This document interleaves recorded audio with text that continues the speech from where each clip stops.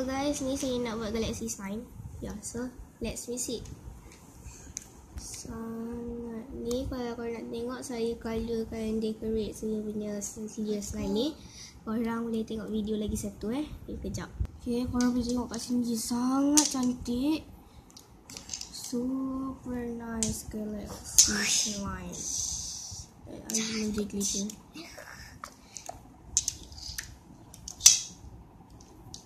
Super pretty. So korang jangan lupa subscribe, like dan komen. Okay, ni galaxy slime kan. So sekarang ni adik saya dia nak campur glitter slime. Okay, yang ni saya buat tau. Okay, ni saya buat. Ni nanti yang glitter slime tu adik saya buat. Okay. Okay, ni glitter slime adik saya buat.